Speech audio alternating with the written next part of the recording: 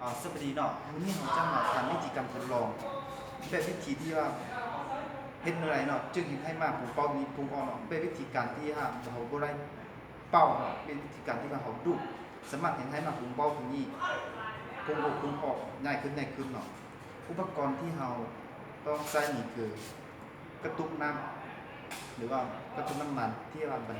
จุน้ำได้อยู่ประมาณ3 ลิตรเนาะกระตุกก็ต้องมีความหนาแล้วก็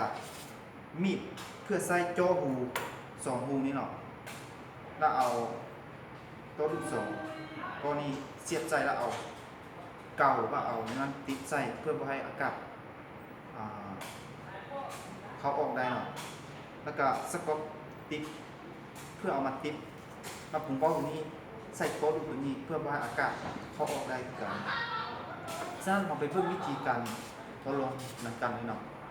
เราจะต้องเอาตัวนี้เข้าในกระตุกกับอัพตัดนี้ให้แก้เพื่อว่าให้ดูดเขาออกได้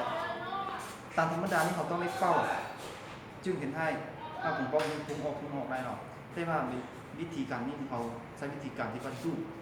เขาที่ว่าเขาต่อใส่มาผมเป้าสมัครให้มาผมเป้านี้พุ่งออกได้เนาะเวลาที่ว่าเขาดูดคือเดียวเนาะไม่เดียวมันก็จะพุ่งออกมาถ้าเขาดูดหลายเทื่อมันจะขึ้นเนาะ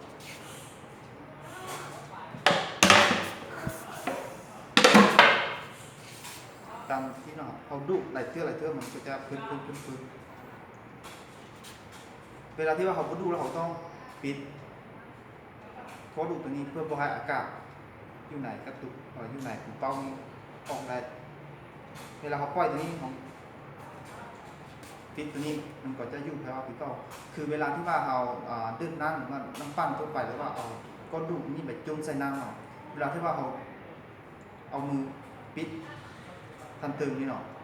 สามารถให้น้ำอยู่ในก้อนดูดนั้นก็สามารถไหลออกได้ย้ำว่ามันมีดันอากาศอยู่ไหนนี่ถ้าเวลาที่ว่าเราปล่อย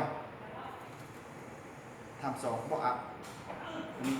จะให้น้ำผมบอกอย่างนี้เขาเก่าตามธรรมดาเนาะตามที่เราได้เห็นต้องได้เป้าได้ว่าวิธีการนี้แม่นวิธีการที่มาเขาดูสำหรับการทดลองเป็นเพียงเท่านี้